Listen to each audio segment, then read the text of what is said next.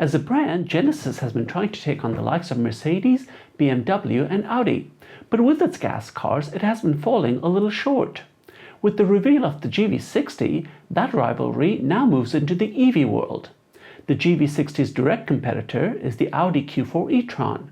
In this video, I'll perform a side-by-side comparison of the exterior, interior, tech, performance, and pricing of these two EVs, and we'll find out if the GV60 is among equals in a comparison with the Q4 E-tron. With this lineup of luxury gas-powered sedans and SUVs, Genesis has been targeting luxury European brands. Its strategy has been to undercut the European brands with a price advantage. But sales of Genesis vehicles are nowhere near those of its European rivals. With the reveal of the GV6, that competition moves into the world of EVs. A few months ago, Audi revealed the Q4 E-tron, and these two cars are remarkably similar. The GV60 is short, stocky, athletic, and features an aerodynamic fastback profile line. The Q4 E-tron Sportback also features a fastback line and is short and stocky. When you look at the exterior dimensions, they're within a few inches of each other.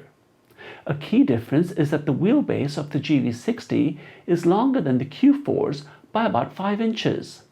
Unlike the GV60, the Q4 also comes in a regular roof version if you're not a fan of the Sportback styling. Both cars employ design cues from their respective brands to make these cars easily recognizable as an Audi and as a Genesis. Audi continues to use the large single-frame grille design element, even though EVs require much less cooling. Genesis uses the grille too, but tucks it below the lights. Audi's styling is crisper, perhaps even more geometric, while Genesis uses more swooping, fluid lines. Both cars announce on the exterior that they're EVs, the GV60 with this lightning bolt feature and the Q4 with badging.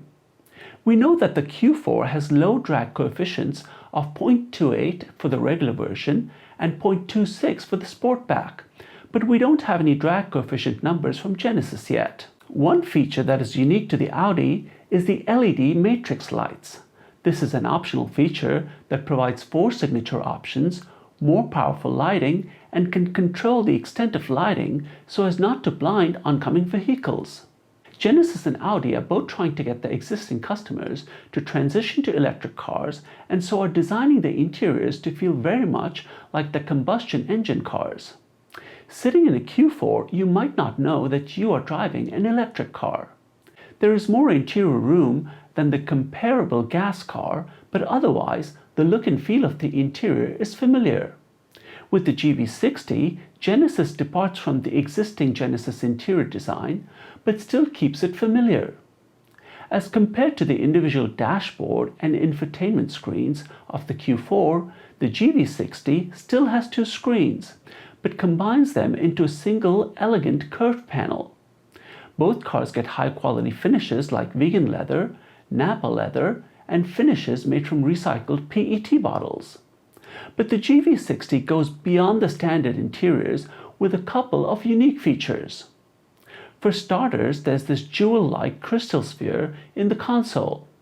When the car is turned off, the sphere is illuminated with LED lighting. But when the car is turned on, it rotates over into a gear shifter. The GV60 also offers relaxation seats like we saw in the Ioniq 5 and EV6. It's thoughtful, elegant touches like these that put the GV60 into a different level of luxury. So when it comes to technology, is the GV60 in a different level too? Well, the GV60 and Q4 e-tron both have some standard features like adaptive cruise with steering assist and heat pumps. Both also offer advanced features like augmented reality head-up display and surround view cameras. But Genesis goes a step further with a couple of unique optional features. The first is facial recognition technology. With the GV60, all you have to do is stand in front of the camera and it uses facial recognition technology to recognize you and unlock the doors. Similarly, it uses fingerprint technology to authenticate you and allow you to start the car. It also offers digital mirrors to improve the aerodynamics. Audi has the digital mirror technology too, but only offers it on the bigger e-tron, not on the Q4 e-tron. Both the Q4 and the GV60 are built on platforms solely designed for electric cars. The GV60 comes in only one battery size, whereas the Audi comes in two battery sizes. The larger Audi battery matches up well with the GV60 battery, so for this comparison, I'll only focus on the larger battery Audi. With Genesis, you get a rear-wheel drive, all-wheel drive, and performance versions. In the Q4, the smaller battery is only available with rear-wheel drive, while the larger battery comes in both rear-wheel drive and all-wheel drive versions. In both cars, in the all-wheel drive versions, the front motor only activates when needed, thereby leading to greater efficiency. The horsepower numbers between the corresponding models are close, but the GV60 all-wheel drive gets quite a bit more torque. We have only one acceleration number for the GV60. I suspect the rear-wheel drive will have similar acceleration numbers compared to the Audi, but because of the higher torque, the all-wheel drive GV60 should be faster.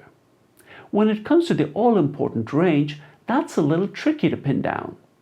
For the GV60, we have only the Korean certification cycle numbers, whereas for the Q4 e-tron, we have the WLTP range numbers. So we're not exactly comparing apples to apples. But we do know the WLTP range of the Kia EV6, which uses the same battery, platform, and motors. So we can expect that the GV60 WLTP range would be close to the EV6 numbers. And that puts it very much in the same category as the Q4 e-tron. The big difference, however, comes in the maximum charge power. Audi is based on a 400-volt architecture, and the maximum charge power for the larger battery is 125 kilowatt. Like the other eGMP models, the GV60 is based on an 800-volt architecture and has a peak charge power of 240 kilowatt, leading to much faster charging. The larger battery Audi is rated to tow 1200 kg, but no word on the towing capabilities of the GV60. Genesis' strategy has been to undercut its European rivals with a lower price. Will that still hold true for EVs? For the Audi, we have pricing for both the US and German markets.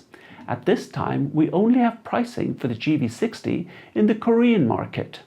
I've added direct conversions for euro and US dollar values, but that doesn't necessarily mean that will be the pricing in those markets. They appear to be quite close to the Audi pricing, but we will want to wait for official pricing for the US and European markets before we can really make a determination. We'll also want to see what features are included at each price point so we can do an apples-to-apples comparison. So is the GV60 among equals when it comes to a comparison with the Q4 e-tron? I would certainly say so. In fact, I would even argue that it pushes for a higher standard of luxury, and with 800-volt architecture, it raises the technology bar. But what do you think? Which one would you buy? The GV60 or the Q4 e-tron? Let me know in the comments below.